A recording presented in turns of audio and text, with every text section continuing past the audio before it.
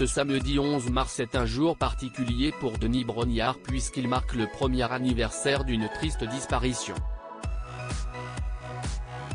Sur son compte Instagram, le présentateur emblématique de Koh-Lanta a donc posté une photo de cet homme dont il était proche et dont l'absence semble lui peser, 365 jours après qu'il a rendu son dernier souffle.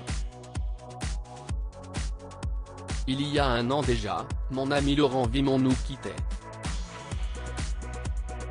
À jamais dans nos cœurs, a-t-il écrit avec émotion en légende d'un cliché de celui qui a été le président du groupe d'agences immobilières Century 21.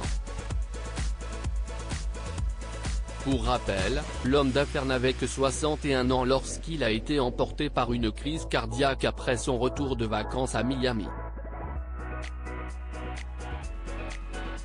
Il se sentait fatigué et a finalement succombé à son infarctus. Il repose désormais au cimetière de Passy, dans le 16e arrondissement de Paris.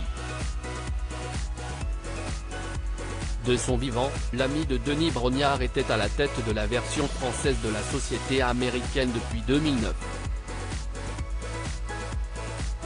Depuis sa mort, c'est Charles-Marie Cagny qui a repris les rênes du groupe, nommé deuxième plus gros réseau du pays, en 2022, grâce à ses 937 agences immobilières.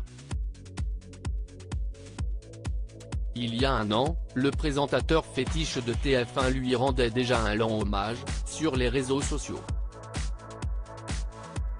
Il parlait de lui comme d'un ami cher, un homme rare, un catalyseur de bonnes ondes et d'énergie. Supérieur à Denis Brognard et son épouse, bon baiser de Roland Garros, un leader dans sa profession que Denis Brognard admirait, beaucoup Laurent Vimont était de la trempe des leaders, un être courageux, engagé, qui se nourrissait des rapports humains forts qu'il entretenait partout où il passait.